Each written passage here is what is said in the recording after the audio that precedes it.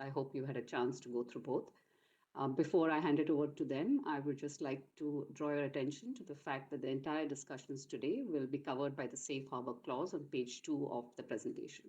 Thank you, and may I now request you, Naren, to make a few opening comments, please. Thanks, Namita. Good afternoon, everyone. I'll make a few comments and then pass on to Kaushik before we open it up for questions. During the quarter, the global steel demand across most regions was impacted by subdued economic activity and the tight monetary policy conditions. And in China, the moderation in demand outpaced the production cuts, which led to steel exports of around 8 to 9 million tons a month to the rest of the world. And in India, the steel demand was broadly stable despite some impact of the elections and the heat waves and the seasonal weakness that we experience, particularly once the monsoon sets in. As a result, across geographies, steel prices have been a bit soft. In the US and EU, steel prices were down 8 to 15%. And domestic steel prices were reasonably stable, but went down during the quarter. So the increases that we had in the early part of the quarter got offset by the reductions to the later part of the quarter. The group steel production in India was 5.27 million tons and was up 5% year on year. And this works out on quarter, it was a 2% decline, primarily due to planned maintenance shutdowns. Our deliveries at 4.94 million tons were the best ever Q1 sales that we've had, which was aided by a 4% year-on-year growth in domestic deliveries. Amongst the various segments that we cater to, the automotive and special products volumes grew by 9% on a year-on-year basis, with higher than market growth in select subsegments. And a well-established retail brand, Tata Tiscon, witnessed a 15% year-on-year growth, aided by enhanced reach and a focus on consumer connect programs. We now have more than 10,000 dealers, over 24,000 influencers, and a growing share of customers via our e-commerce portal, Asiana. We are looking to shape construction market practices through our ready-to-use solutions and now have over 30 construction centers across India to improve the customer experience. And our ready-to-use solutions sales has actually gone up about 30% year on year. These are basically ready-to-use solutions in construction sites.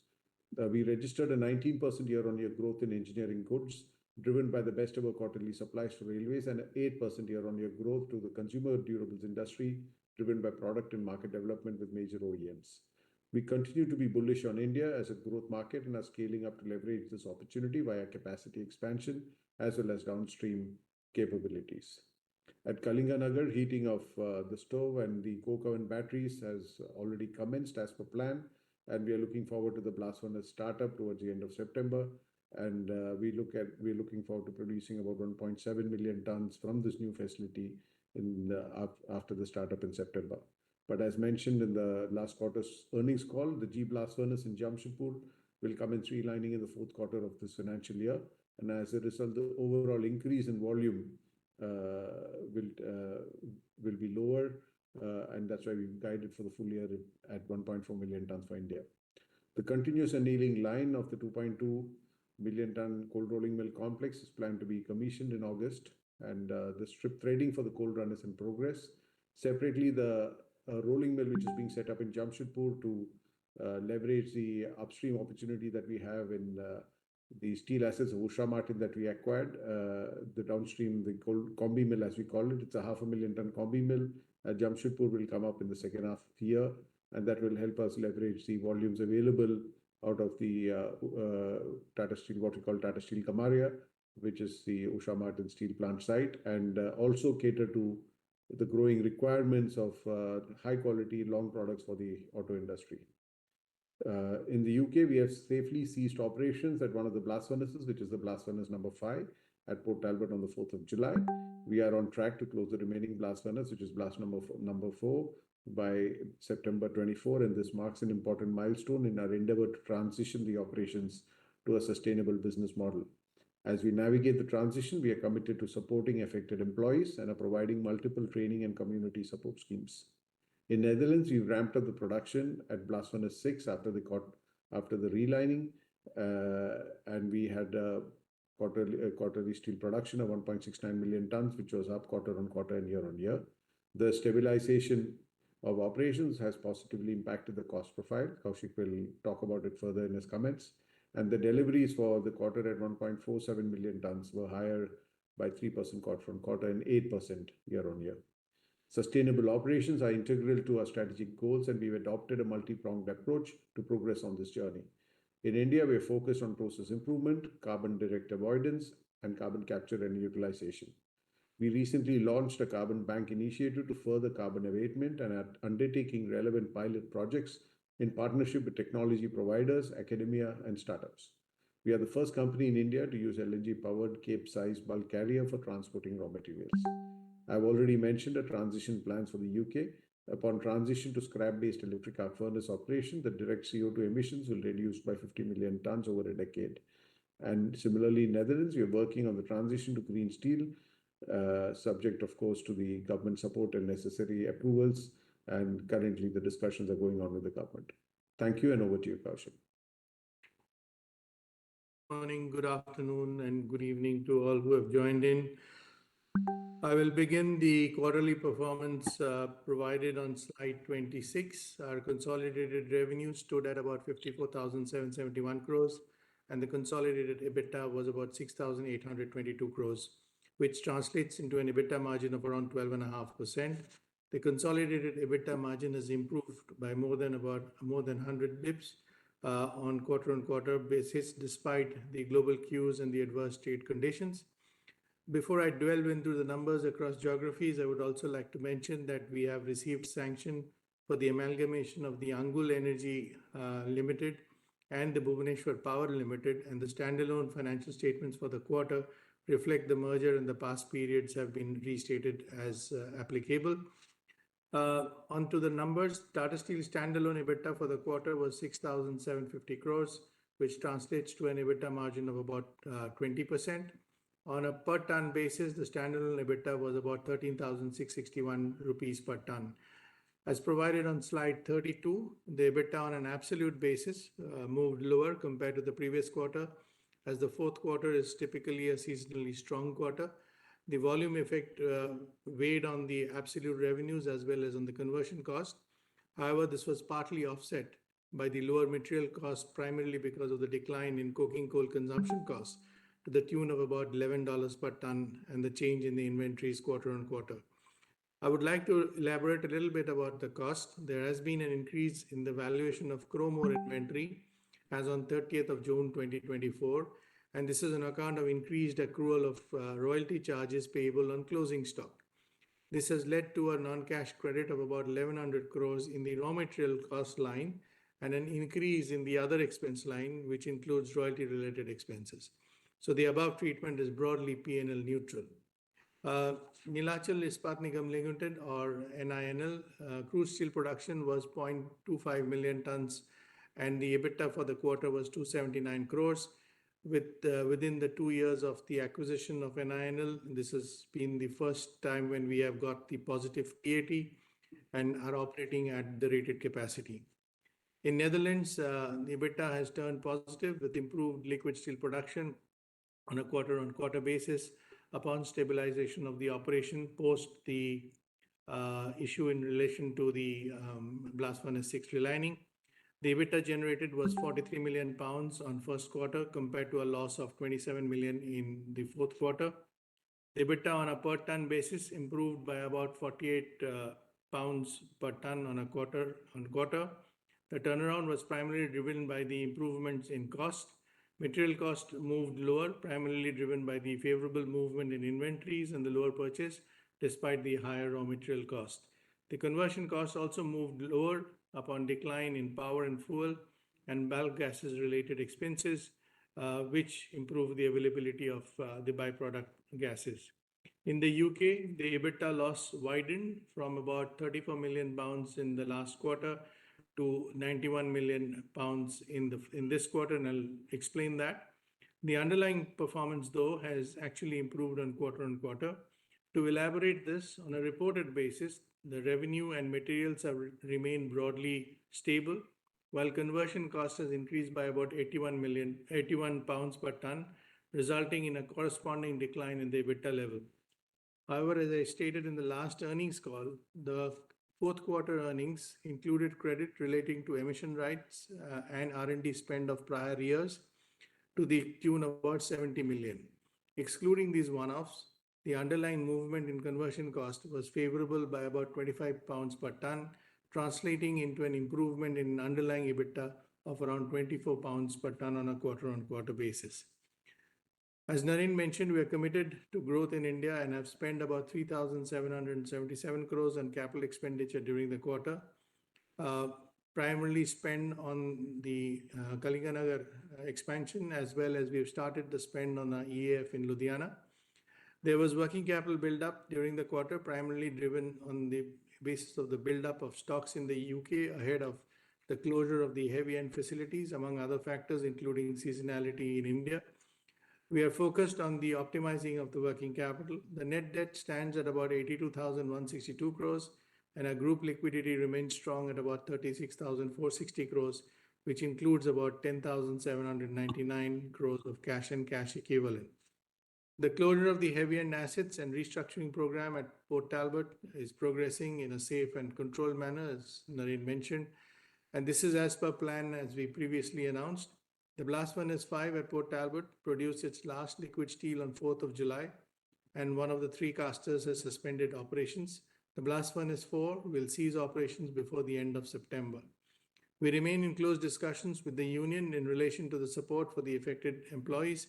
Based on the enhanced support package we had discussed with them, we launched the voluntary redundancy aspiration process on 11th of July, and this will close on 7th of August. After the elections in the UK, we have also resumed our conversation and discussion with the new UK government on the execution of the grant funding agreement supporting the electric arc furnace project in Port Talbot. The Labour Party is already committed to delivering the 500 million grant previously announced for Port Talbot. All parties appreciate the need to close the agreement as soon as possible. Upon closure of both the furnaces, the downstream in the UK will continue to service customers by utilizing imported slabs and hot roll coil substrate. In Netherlands, we have started an active engagement with the Dutch government on potential support for the decarbonization project. The project is planned to be in two phases. In phase one, we intend to replace one of the blast furnace with a DRP and an EF, which is a direct reduced iron plant. By 2030, the DRP will initially run on natural gas and later transition into hydrogen as the availability and the cost of hydrogen becomes more competitive.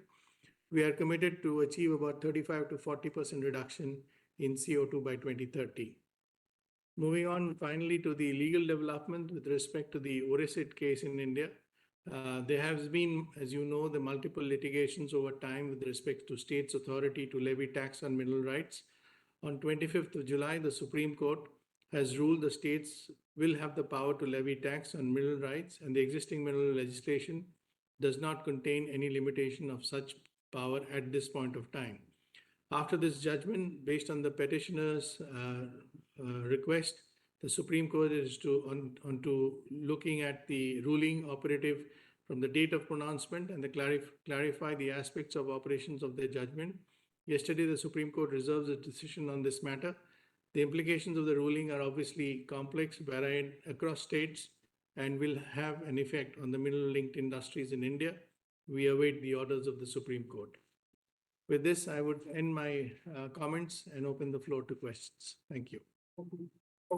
We will now begin with the question and answer session. We will be taking questions on audio and chat. To join the audio questions queue, please mention your full name and email ID in the chat box. Kindly stick to a maximum of 2 questions per participant and rejoin the queue should you have a follow-up question. We will unmute your mic so that you can ask your question. To ask questions on chat, please type in your question along with your full name and email ID in the chat box. We will now wait for a moment as the queue assembles.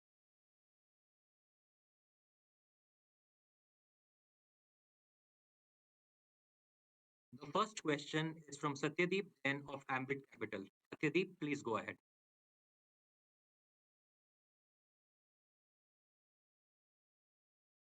Yeah. Am I audible? Yes, please. Thank you for the clarification that You'll have to speak up. You'll have to speak up, Satyajit. Audible? We can't hear him. Kinshuk, let's go to the next one. We can come back to him. Am I audible? Sure, ma'am. We will now move on to the next question. Our next question is from Sumangal Nevatia of Kotak Securities. Sumangal, I request you to please go ahead and ask your question.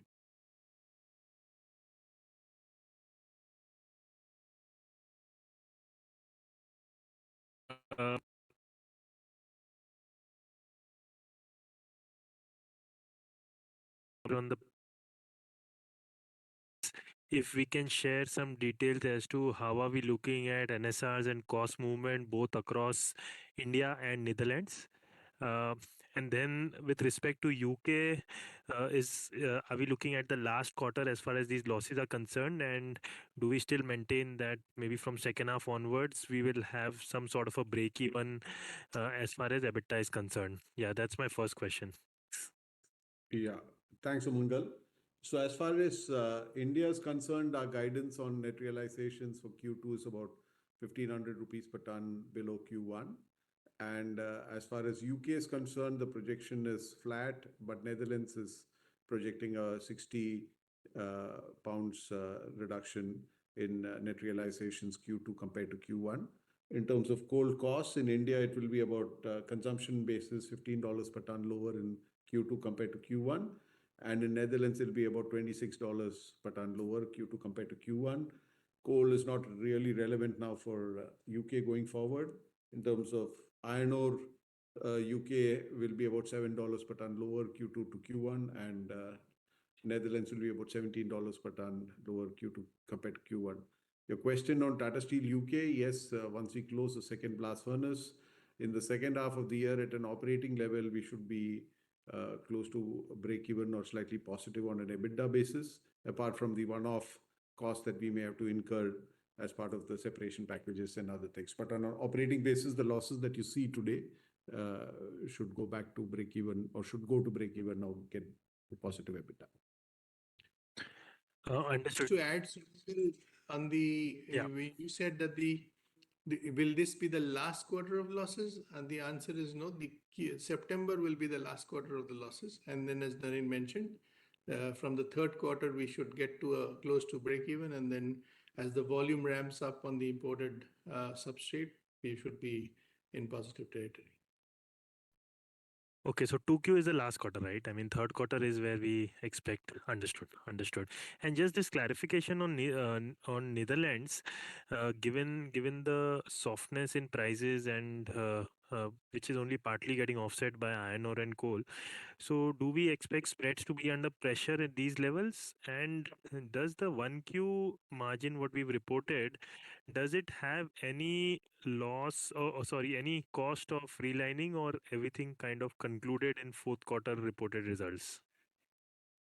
No, from a capex point of view, you would see some capex in Netherlands in Q1, which is more to do with the settling of the relining bills. From a margin point of view, we are basically operating at pretty much full level. If you see the volumes on production, we are almost at 6.8 million ton annualized basis, so which is much higher than what we've ever been in the past, even before the relining. So there is clearly operational improvement and stability. But yes, there is, as I indicated, there will be some margin compression in Q2 because the markets across the world are struggling with Chinese exports at pretty low prices. But I think our expectation is at the current levels of prices and coal prices, if you see even the Chinese companies are losing a lot of money. And so we do expect that this could be the low point and things could pick up from Q3 onwards on terms of prices. Yeah. Okay, Naren, just one clarification. You said capex, so there's no at the operating results. It's there's no cost, right? There's no opex of relining in 1Q results. No, Kaushik, I don't think so, right? Yeah. No. It's actually the relining got over. It's, as you know, that after the performance guarantee, the retention payment, those come in after a period of time. So that's there in the cash flows for this quarter in as part of the capex. but not in the OpEx side. In fact, the other way around, the OpEx has actually been better than the previous quarter because the volumes have increased very significantly. Understood. Understood. That's very clear. My second question is with respect to the expansion plans. Now we are on the verge of commissioning Kalinganagar, and we've been seeing this slide of a 40 million ton kind of a potential since long. I mean, looks like even if we start today, there would be a period, maybe 18 odd months, where we will run out of capacity and maybe start losing market share in India. So want to know what timelines are we looking at further finalizing the capex plan, number one, and yeah, I think yeah, that's the only question. Yes. Yeah. So I think the way I would respond to it is, we have this 5 million tons coming in Kalinganagar. You have all close to 1 million tons coming in Ludhiana. And we have maybe a few 100,000 tons coming in Jamshedpur because we are adding a rolling mill there, and we'll get some additional volumes out of the Usha Martin assets that we acquired some time back. So that's the incremental volume you will see over the next couple of years. Later this year, we will hopefully get the internal approvals for the Nilachal expansion, which will take it to 5 million tons. The Kalinganagar expansion from 8 to 13 was anyway expected to start only after we finish the current expansion. So that we will plan for. I also want to make a point when you talk of market share. Actually, the market share in our chosen segments will continue to be very strong because the Kalinganagar cold rolling mill adds 2 million tons of cold rolled, very high-end cold rolled and galvanized products to our product mix. And we have a few downstream expansions also going on parallelly. So I think in our chosen segments, we will continue to grow our market share.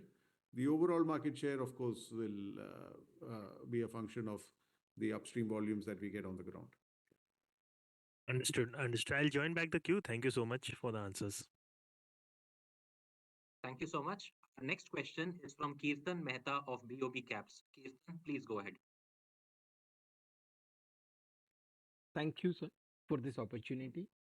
Wanted to understand sort of the new round of the UK discussions with the Labour Party. What are the additional demands that you are seeing from the Labour Party while sort of finalizing on the grant agreement? Yeah, Kaushik. Yeah, so I think first of all, I must say that the new government, the ministers, etc., have been very supportive in not only Tata Steel but the Tata Group to continue in a big manner in the UK. Obviously, there's no demand as such. They want to work together to make the UK steel industry strong because they have plans in their capital allocation for usage of that industry in infrastructure and other industrial projects. Because if you have followed the election campaign and the manifesto on the Labour Party side, it's more about renewal of UK in terms of being more industrialized and focus on manufacturing, focus on renewable energy, and so on. So I think the question is essentially the negotiated grant funding agreement is ring-fenced in some manner. What they want is to explore more investment opportunities if possible. That's not imposed, but if possible, and to explore what else do we need to make the UK steel business more valuable and sustainable. So I think that's the broader context. As far as the other thing is the employee bit, which is on essentially how can we help in the training of the employees who are moving out of Port Talbot to make them more employable. As you know, there is a transition board that has been formed under the previous government. That transition board is funded by about 80 million pounds by the UK government and 20 million pounds by us. So the whole focus is how do we best use this capital and do that. So those are the kind of conversations that we are having at this point of time, and we hope that in coming weeks and maybe a month or two, we should be able to get to a frame where we have a good understanding of an agreement on where we want to move. And more important from our perspective is to ensure that the base EAF project, which is the already approved project, gets on as per plan, and that ordering, detail engineering, etc., is something that we are coming very close to. So I think in a nutshell, we see continuity of our discussions with the UK government. We see more interest in the steel industry from the UK government, and we see more capital allocated from the Treasury on the steel industry as a whole. Just a follow-up here. So if at all, the way you mentioned about this, there is a possibility of increasing the scope of the expansion. So if we go through that discussion, is there a sort of a possibility that this could elongate the time before we give a go-ahead for the next EAF? For the only new EAF, no. The answer is, as I said, that the current EAF and is something that we have already captured in the existing draft of the grant funding agreement. So that has not been disturbed. The proposition is, what can you do more, and for which, how can we give you more? So what can we do more, and how much can we give you more is what the conversation is. Our focus is obviously on getting the 3 million ton transition into the electric arc furnace done on time, because that's the base case for the sustainability. But there are other opportunities in the downstream if there is a business case, if there is an investment case, and if the government provides us with support in capital, we will consider it. And that's the conversation that we are having at this point of time. Thanks for this detailed clarification. Second question was about the contingent liability that we have disclosed regarding Odisha. Do we have similar demands across any other states which could have an impact from the Supreme Court judgment finalization, or Odisha is the only state which has raised such demands in the past? No, first of all, I must give you a bit, and if you have read the notes in the SEBI note number 8, this case actually, when the Odisha government did come out with the regulations on levying what is called as ORESED, we had gone into the Odisha High Court, and the Odisha High Court had actually squashed the regulation itself as unconstitutional. So there was no demand existing at this point of time from the Odisha government on us. But because there is a act which had come in, which was squashed by the Odisha government, we had been reporting this as contingent liability since 2005. So I think it is a question which we did out of prudence to ensure proper disclosure. There is no other direct cases or demands of this nature for Tata Steel at this point of time from any other government. Our bulk of our mining is in Odisha, and we have mining in Jharkhand. But at this point of time, there isn't anything that is pending as a demand which we have not paid, or therefore we are reporting. We reported this as contingent liability based on the regulation that came into being in Odisha in 2004, which we challenged in the Odisha High Court, which got squashed, and that's why the state had gone to the Supreme Court, and many other such states had gone to the Supreme Court, which is the judgment that has been talked about. Right. And what was the underlying royalty rate under this particular contingent liability? What was the state demand actually? Again, there's no state demand. What was basically formulated is based on the last 2 years' production, and based on the IBM price on the first day of the year. There was a calculation given of about 15% or so. So that was the basis of the calculation that was given at the time in that act, which got squashed under the Odisha High Court order.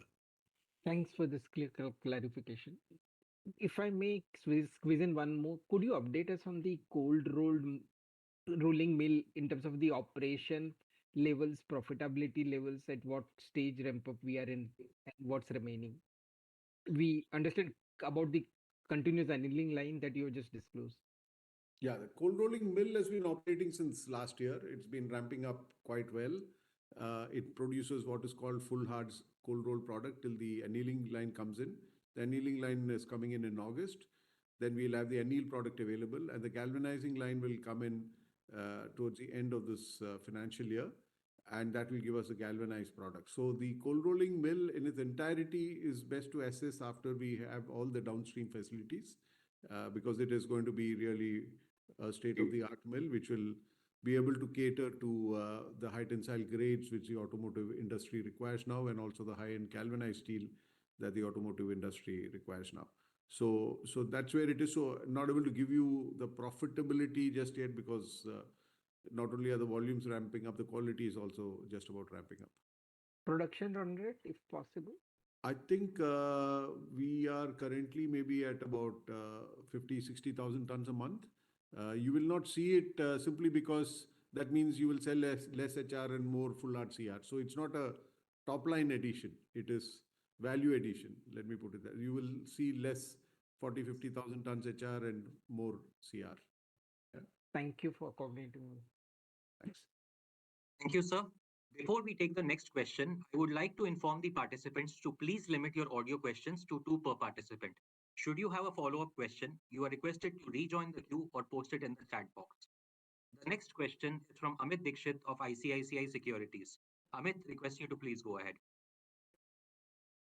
Everyone, am I audible? Yes, we are able to hear you. If you can speak a bit louder. Great. Okay. So I have a couple of questions. The first one is on a very broad macro sense. If we look at it, while domestic consumption is growing, there are instances of imports also surging. On the other hand, there is now after the Supreme Court judgment, technically state governments can levy any sort of cess they want. So I just wanted to understand from an industry perspective, which is growing, there is nothing being done to curb imports. At the same time, states are coming up, states technically have got freedom to levy any kind of duty. So what we are thinking about, how we are looking at it, being someone who is like quite, you would say, integrated, aren't we at a technical disadvantage here? What are the thought process? How are we working with the government? Just wanted to get your thought process around that. I think it's a very valid point, and that's precisely the point you're making with the government. It would be very ironical if India, with all the iron ore that it has, firstly overtaxes the iron ore and negates the competitiveness that we as a country should have right at the raw material stage. Okay, so I think that is one thing, and we are, as it is from a effective royalty rate and tax rate point of view, one of the highest taxed countries in the world as far as mining is concerned. Compared to Brazil, Australia, and the other geologically rich countries, we are already taxed among the highest. So that is one point. And I think if we do that, there is less and less incentive or less and less room to make investments to value add on that iron ore or coal or bauxite or whatever else. Right? So I think that is one point. The second point which we are telling the government is most of these minerals are in the poorest states in the country. Yes, they need tax revenues, but they also need jobs. And if you need jobs, then you need investments. If you need investments, there needs to be a business case where the industry makes money and can use that money to invest in new capacities or whatever. Third point is when you look at private sector investment in India, the steel industry is one of the leading sectors. It's not just Tata Steel. All our peers have also announced significant capex. So, you have a good story there on private sector capex. And if all this keeps going up, obviously, that's a matter of concern. The fourth point you talked on imports is also a very important point, because oftentimes we say China is competitive. China is not competitive. They lose money at these prices. So it's not that they are making money at these prices, in which case you can call them competitive. It's predatory pricing, which is again detrimental to the future of the industry in India. And this point has been made with the government as Indian Steel Association. And we are hoping that there will be some action, because the rest of the world is moving fast on this. So whether you look at the US, you look at EU, you look at many other countries, because China exporting 100 million tons a year is not something the world can live with. China selling steel at less than $500 when coking coal prices are $220 to $230 defies logic. And the last time China sold at these prices was during COVID.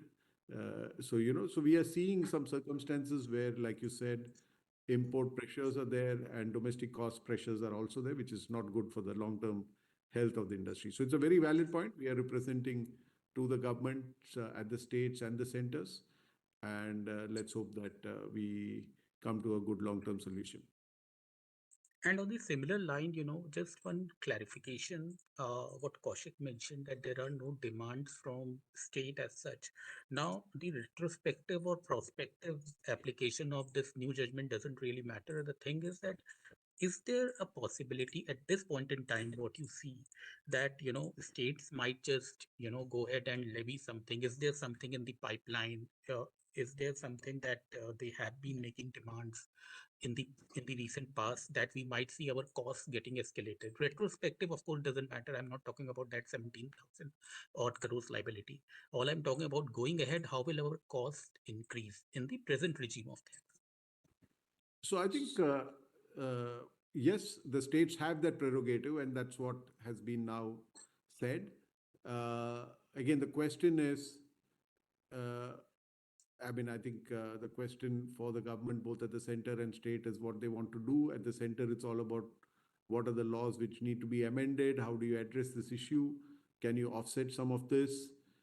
Because I think the larger point being made is a lot of these costs will pass through, particularly when you look at coal, which is today the biggest product being mined, and the power sector is the one which consumes it.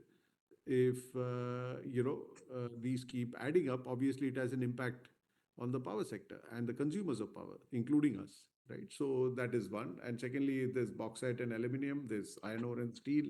So I think this is a larger issue. I think the government is seized with it, and obviously it impacts the cost of doing business, which is very clear. So let's wait and see how the next few weeks transpires in terms of what states are doing what. Kaushik, you want to add? Yeah, so I just wanted to add that, Amit, that all that the courts have said, the bench has said that as per the current MMDR is concerned, we don't see a limitation. So if that limitation comes in terms of an equitable distribution of the cess between the state and the center, then obviously that's the point Naren mentioned, that the center is seized of the issue on a much more wider issue. And that's the point that has to be addressed in due course of time, because the limitation is essentially a cap, etc., which needs to be put in. So we'll see whether there is an amendment that comes in due course of time, and that's the point which will de-risk this into an issue, because the same iron ore can therefore get priced differently in different states.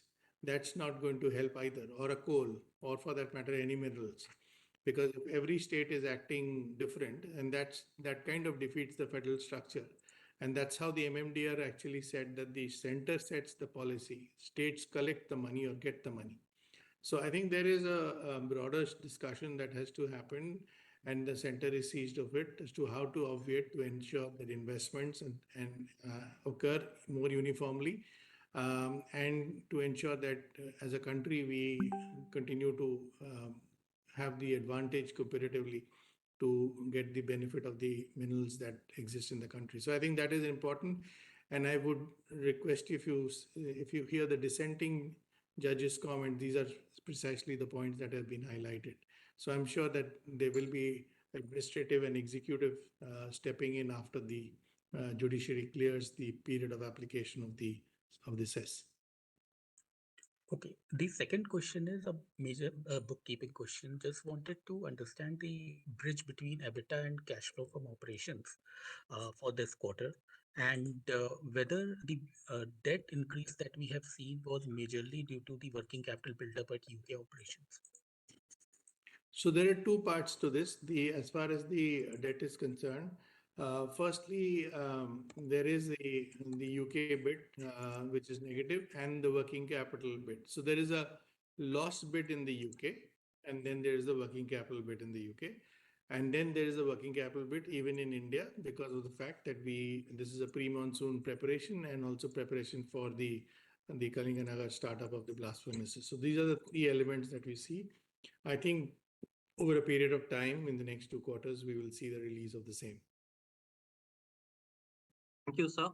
The next question is from Ritesh Shah of Investec. Ritesh, request you to please go ahead. Audible?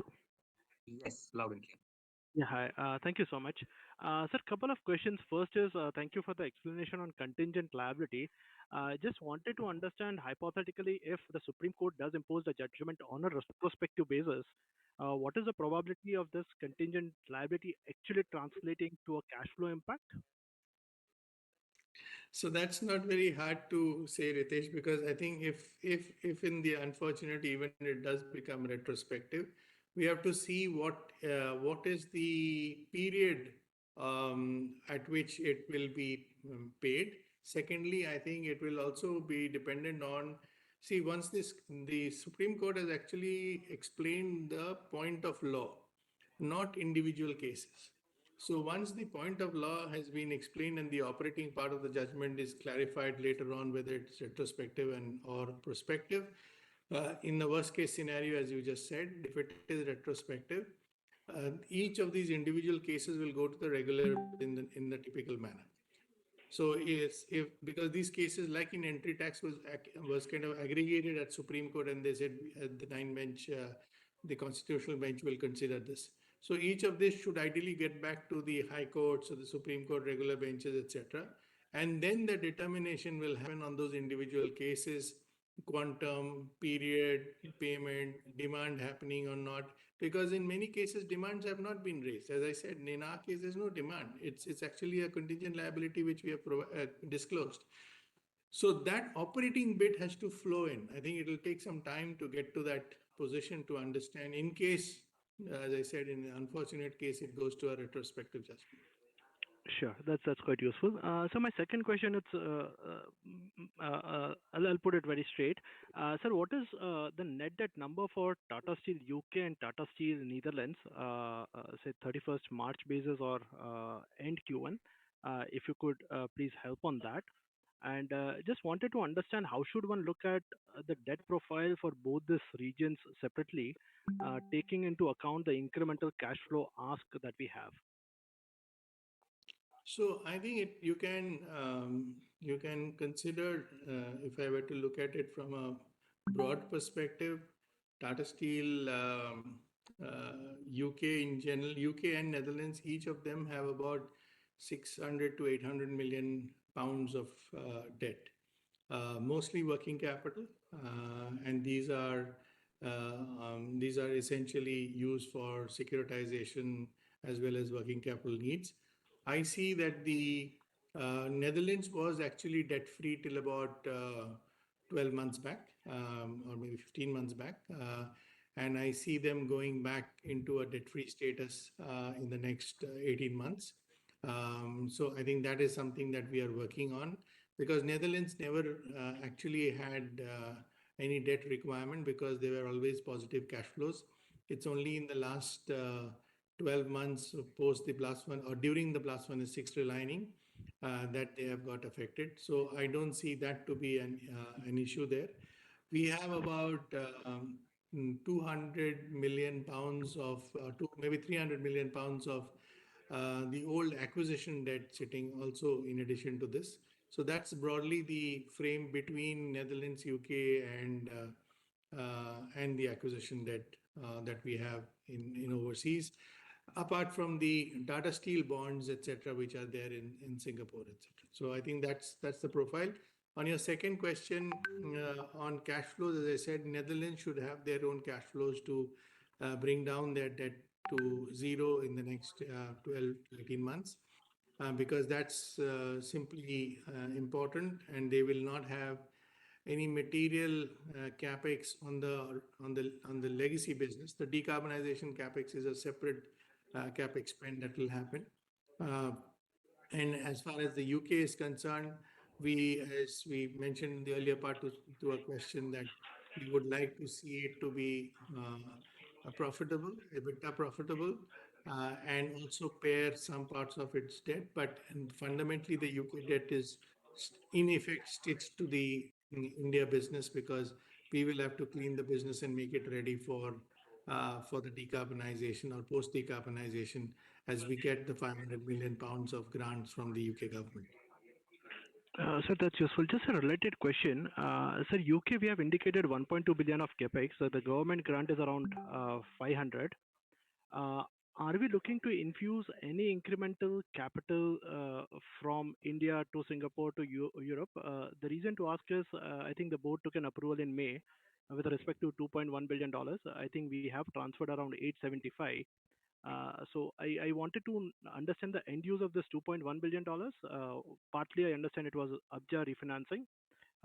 So wanted a breakup over there and wanted to understand, is there further cash flow asked from UK which will have to be funded through the India operations?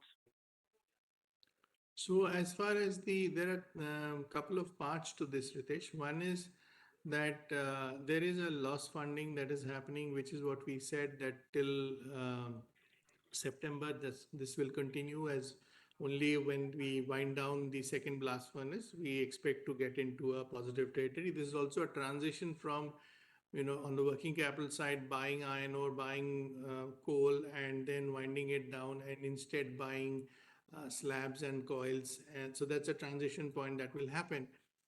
Post that, it will, in our view, then by the fourth quarter of this financial year, it gets to a stable working capital position. The spikes and troughs will hopefully get into a more stable situation. The loss funding also would get off.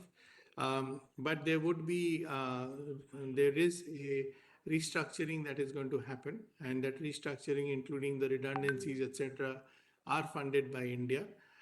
Secondly, if you look at the project, 1.25 billion, of which 500 million will be from the government, and the 750 million will be from Tata Steel. And we don't intend having more debt on Tata Steel UK. Will be spent over 4 years, but it will be spent from a Tata Steel point of view. So this is broadly the flow in which the capital will go over the next couple of years, as far as UK is concerned. All right. And sir, breakup of $2.1 billion, I think 875 has already moved the balance. So is it Abja or is it UK? How should we look at it based on the Abja maturity? Mostly, Abja was about 8. See, Abja is in two parts. There was a 125 billion, and then there is another element which is on debt, effectively about 700 million. The total ask that we talked about is 2.1 billion, which is the breakup. If you look at it, about 600 million will be for UK loss funding over a period of time, and the restructuring that is going to happen. And then there is a UK loan repayment of about 200 million, which is also going to reduce the debt in the UK and the consolidated debt. And there is the element on as far as Abja is concerned, and there are some debt in Singapore, which is also going to be repaid of about 750 million. Thank you, sir. Next question is from Indrajit Agrawal of CLSA. Indrajit, request you to please go ahead. Good afternoon. Can you hear me? Yep. I have a couple of questions. First, on Netherlands, given that it has fully ramped up on production, can we see any further conversion cost reduction from here on, or have we peaked on that? So I think the volumes are close to peak. We were about 50,000 tons short. What we are chasing is 7 million tons of annual production. We have not been at that level for the last 4 or 5 years. So we are at 6.8 million rate for Q1. So if you get to that, that will certainly lead to a conversion cost reduction clearly compared to the last 2 years.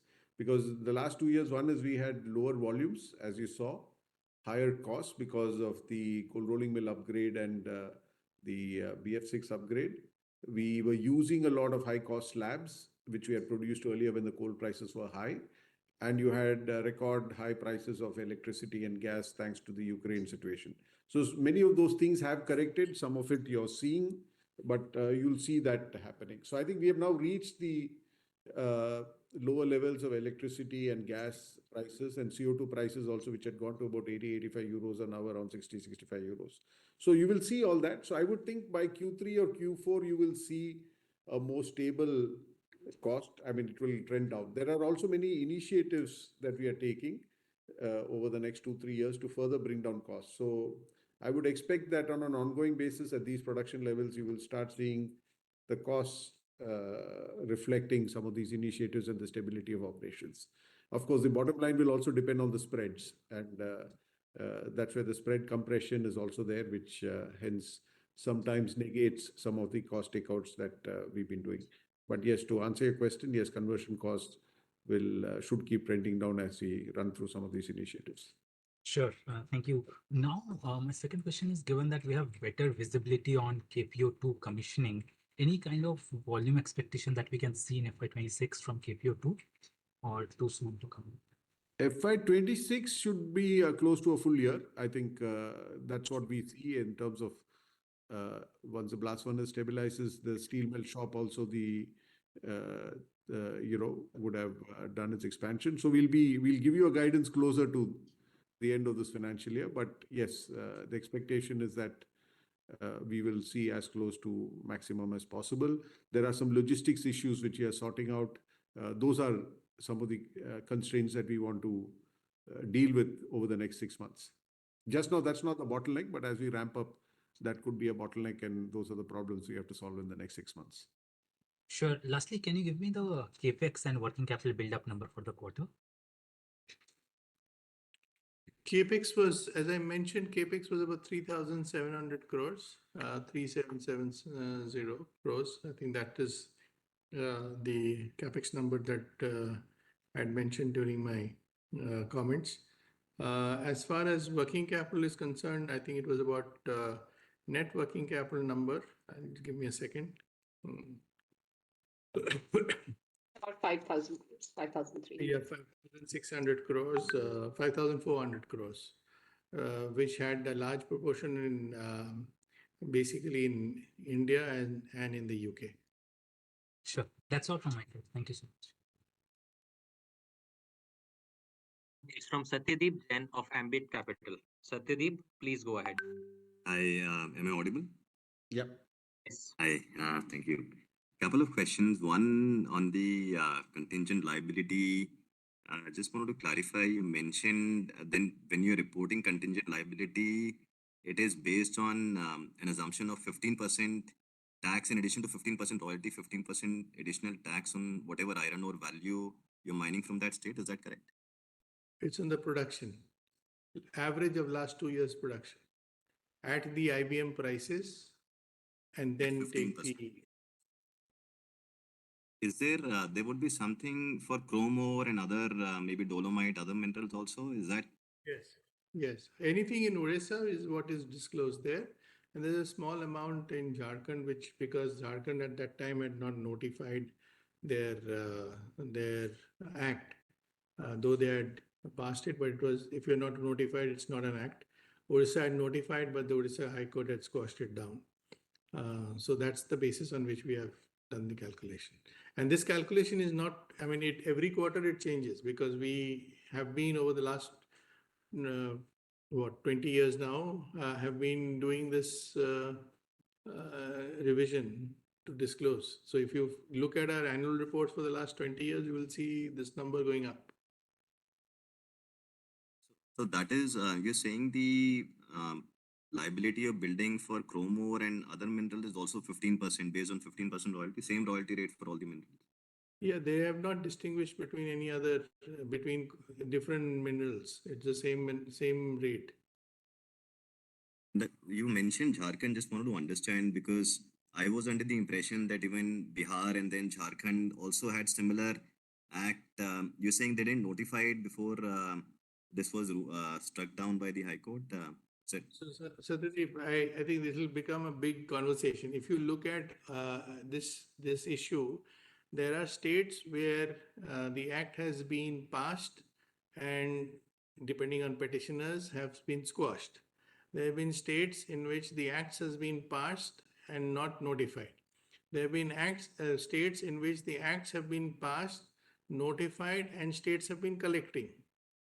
So there are a mix of this between, say, Uttar Pradesh, Chhattisgarh, Andhra Pradesh. There's very few states which is left. So there are a lot of, it's not just in Odisha. In fact, Odisha is one place where the High Court has actually squashed the act. But there are other cases, some states are collecting, some states have not notified, some states have not demanded. So there's a plethora of stuff, which is why it went to the Supreme Court. So Supreme Court is actually settling a point of law. It is not settling individual cases.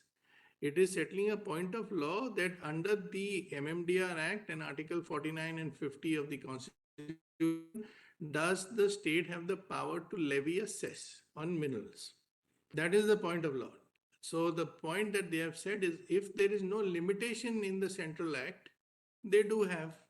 So if you do bring a limitation in the Central Act, they will be capped.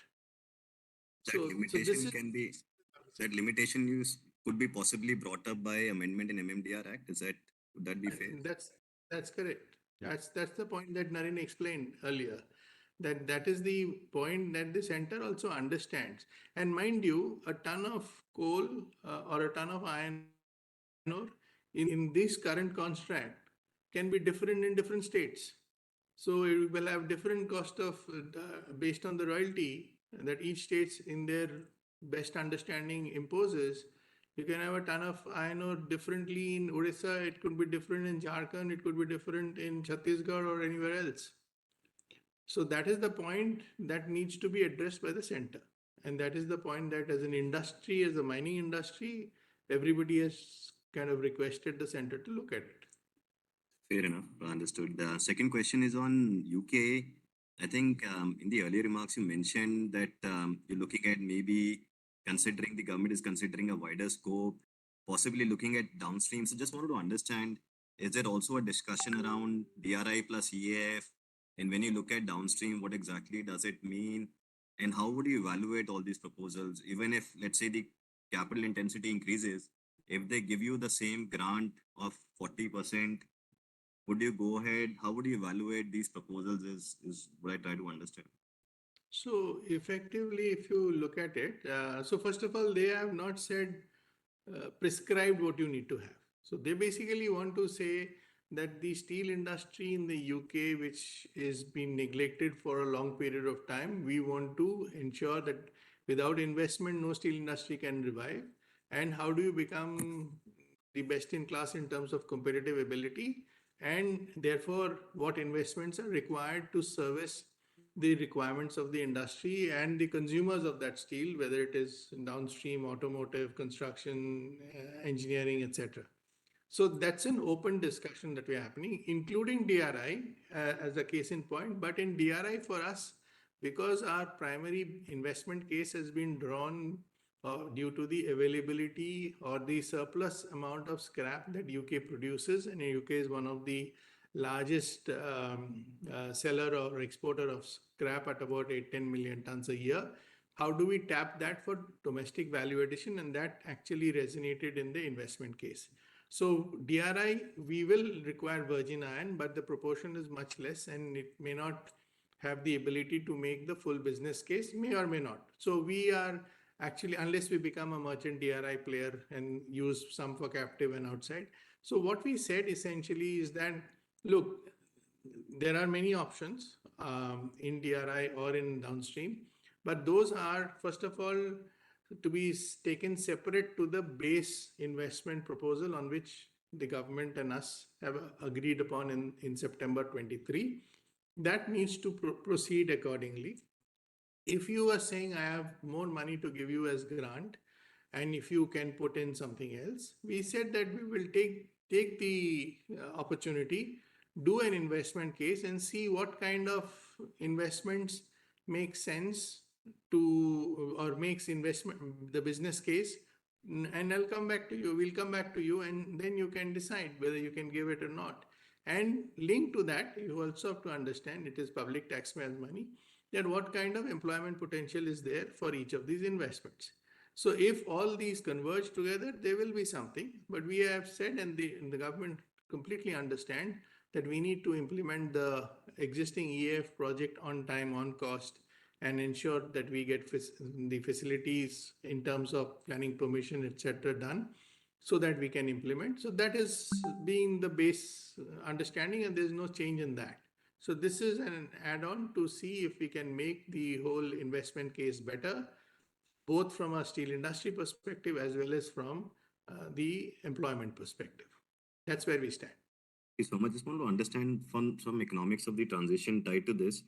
When you look at, from what I understood, for a 3 million ton conversion, when you bringing slab and converting it to HRC, for that kind of configuration, I thought maybe 1,000 employees is enough, but you would have 5,000 employees. Is that fair? The number that I mentioned, and when you look at the slab that you're going to get, does Tata Steel India, is there a benchmark? Are you already exporting slab in the markets, and would UK buy slab at the same price? How would that pricing for slab import for UK work out? So I think to your first question, the 1,000 and 5,000, as far as if it was only converting slabs to hot strip mill, that's not the answer. We have a significant amount of downstream. We have, if in the UK, we have color coated, we have automotive lines, we have packaging lines. So we have a significant amount of downstream. We have cold rolling mills. So that is the reason why you see a higher number than 1,000. If it was only a hot strip mill in Port Talbot, which is bringing in the slabs, converting it and producing hot roll coil, your number is more, in fact, your number will be higher than what we would need. So that's not the point. But because we have a significant amount of downstream and well-established downstream for a long period of time with long-term customers linked to it.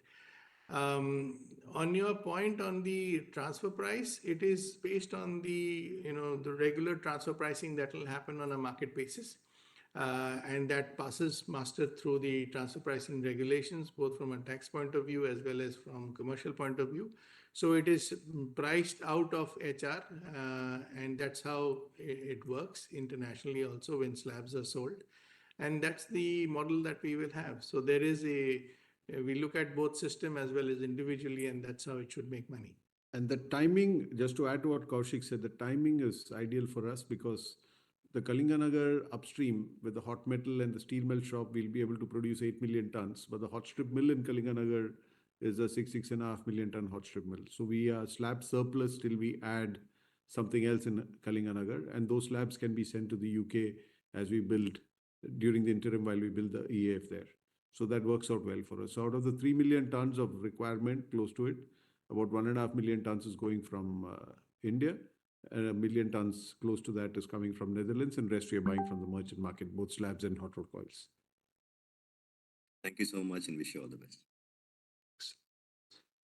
The next question is from Amit Murarka of Axis Capital. Amit, request you to please go ahead. Hi, go ahead. Yes, please. We can hear you. Good afternoon. Thanks for the opportunity. Like earlier in the call, you mentioned that you're working on setting up a 5 million plant at NINL. I just wanted to understand, like you've always said that there are options at almost every site for you to grow, maybe except Jamshedpur. Like, what would be the order of priority on the plants now, particularly given the context that by FY30, like our older leases are like going into expiry? Will that impact the decision on the brownfield expansions, or you think that you'll still go ahead irrespective of that? Yeah, so I think obviously post 2030, depending on the premiums you will pay for those mines to retain them or to have some other mines, the margin will get compressed a bit compared to where we are today. That's for sure. But I think there are a number of actions that we are taking to mitigate some of those. Even a simple thing, as we grow more and more in Kalinganagar and Nilachal, we don't carry forward some of the legacy costs that we have, let's say in Jamshedpur. So the productivity levels, the configuration of the plant, etc., will help us run larger volumes with fewer people. So there are a lot of other benefits that we will accrue from this expansion. So I think so the long-term profitability will obviously be kept in mind as we plan these expansions, and we'll obviously do it only if it's value accretive, which we think it will be. The second point is from a priority point of view, Nilachal will get the first priority because we are more ready there than on the engineering work and everything else. Kalinganagar 8 to 13 will maybe be 6 months after that in terms of getting all the approvals. And Bhushan, the Meramandali plant going from 5 to 6.5. So 6.5 there, 13 in Kalinganagar, and 5 in Nilachal is clearly visible. And that's what we will move towards. So that brings us to close to 25. And then you have 11 million plus 1 million in Jamshedpur because you have the Usha Martin business and the Tata Steel business. So that's, brings us to 36. And then you have the EF in Ludhiana. And if that's a good operating model, we can very quickly add other EFs and other rolling mills in the west and south where there is scrap. So that's broadly the roadmap for 40.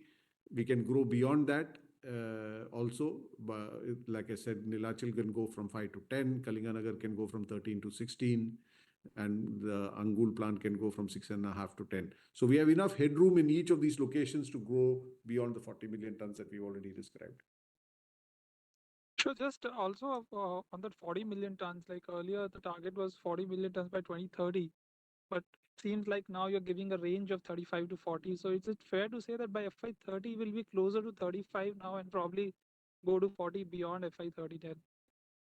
I mean, what I've told you is already almost 37, right?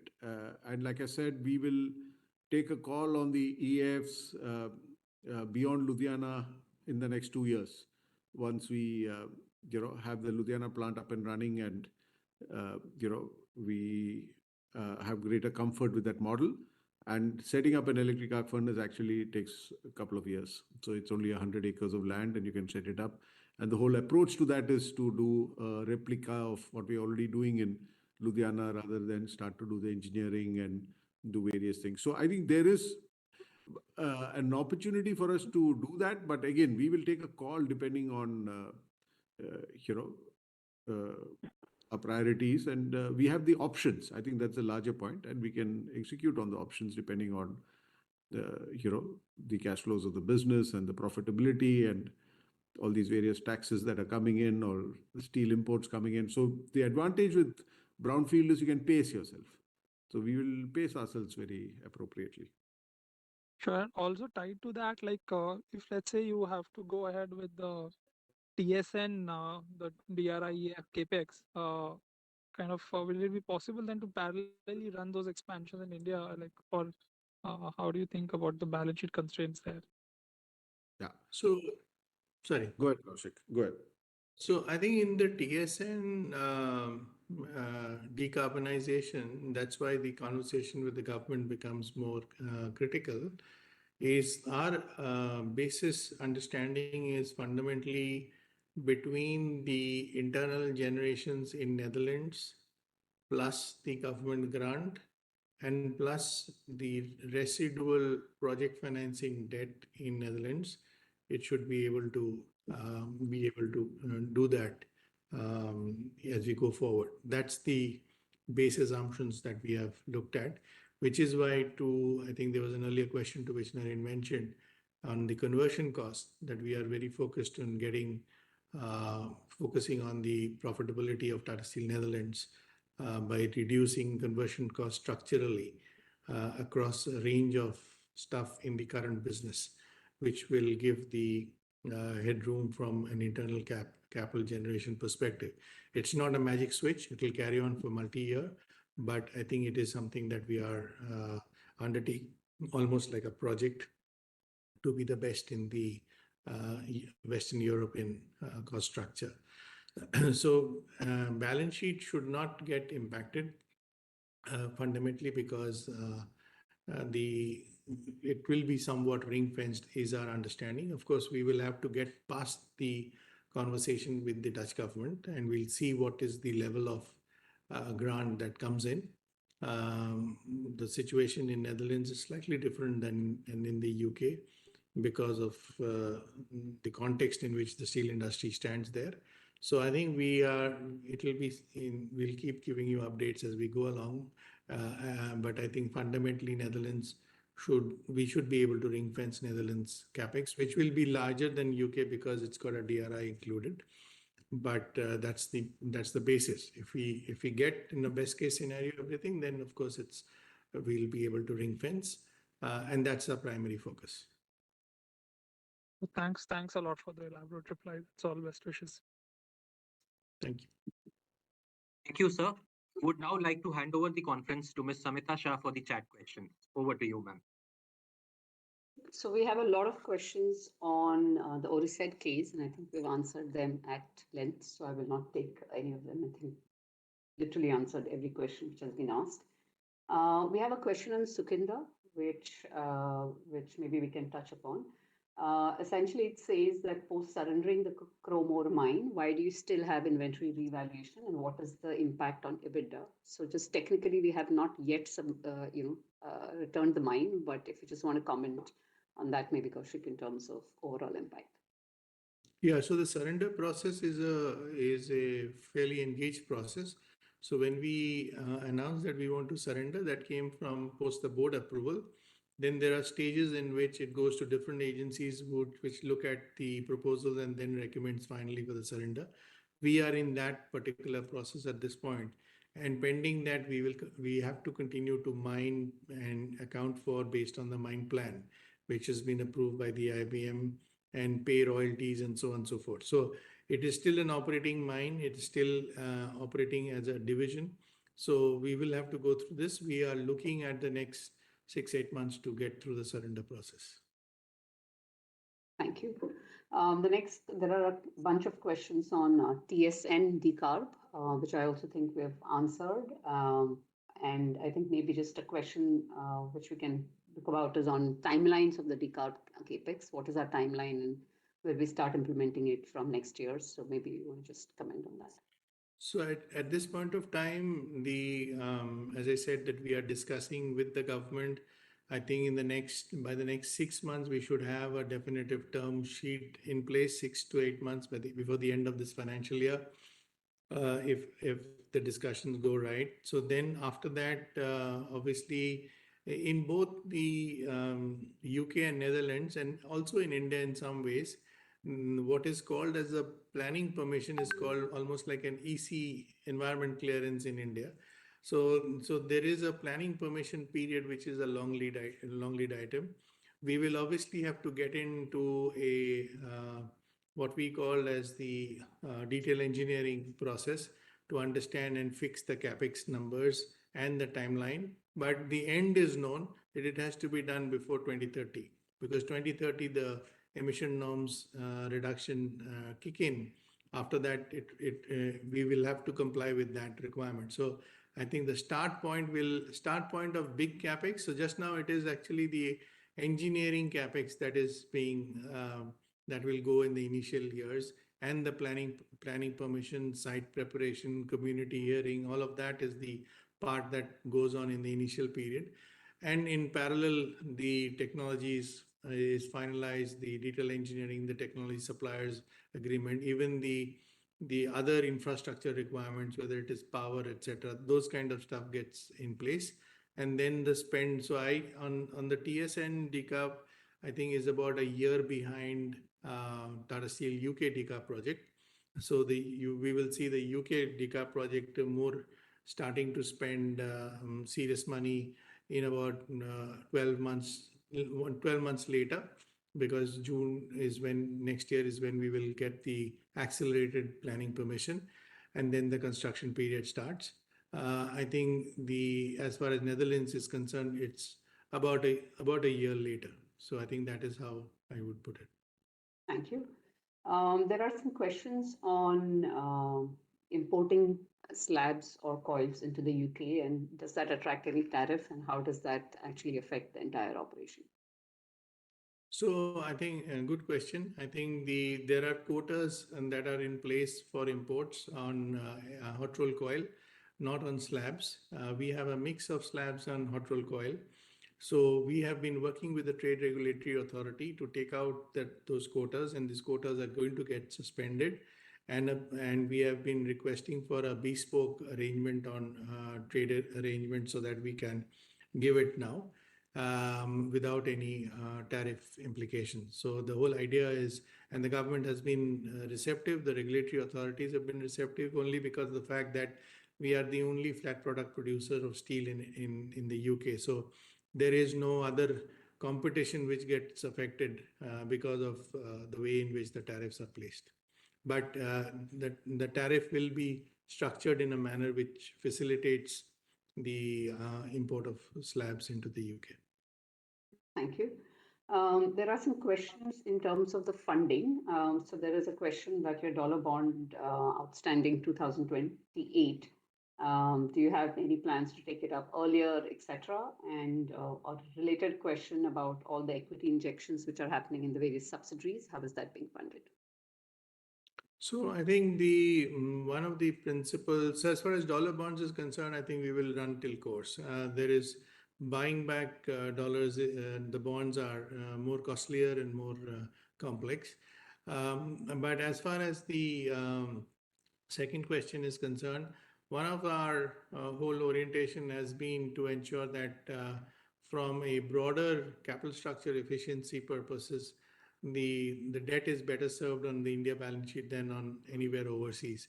So that's a broader theme. And if you have been tracking the our deleveraging over the last 4 years or so, you will find that that's happening, and that's important because we've been paying significant amount of tax in India. So I think we just need to kind of rebalance it and use the flow in an efficient manner so that we can optimize on the cash flows across Tata Steel consolidated financials. Thank you. There's a question on our LNG powered trucks and logistics systems. Could you elaborate any more plans and what is the plan with regards to this?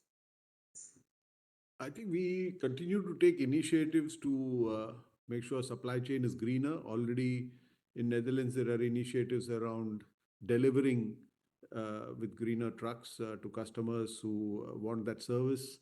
In India, we've been moving cargoes on ship and on road using greener options than we have today. So that's an initiative which will continue to be taken across Tata Steel sites because we move a lot of material around.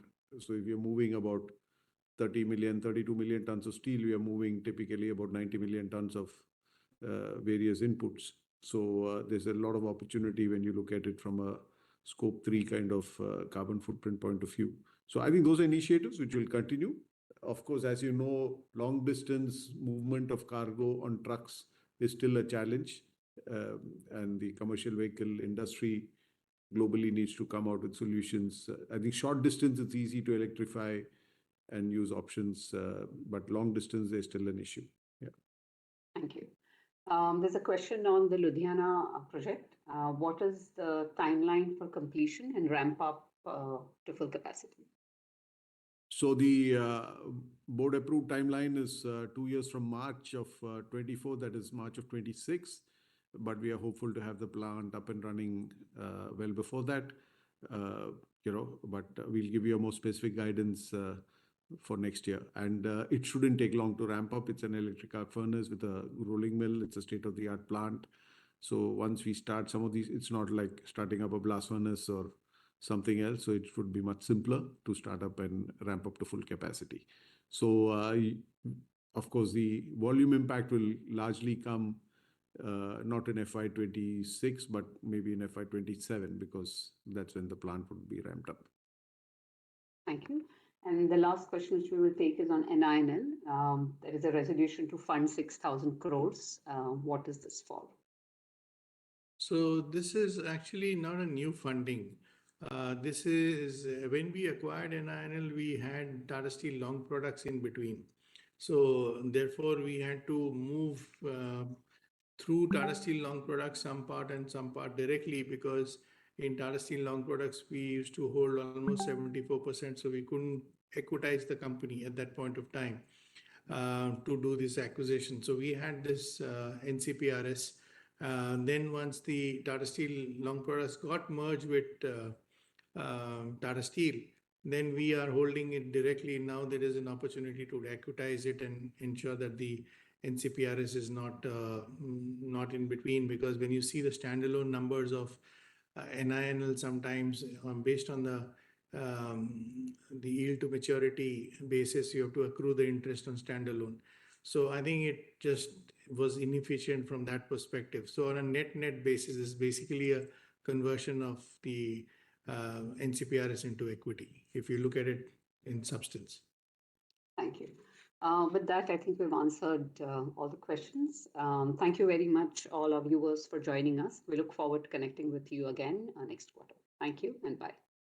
Thank you. Thank you very much.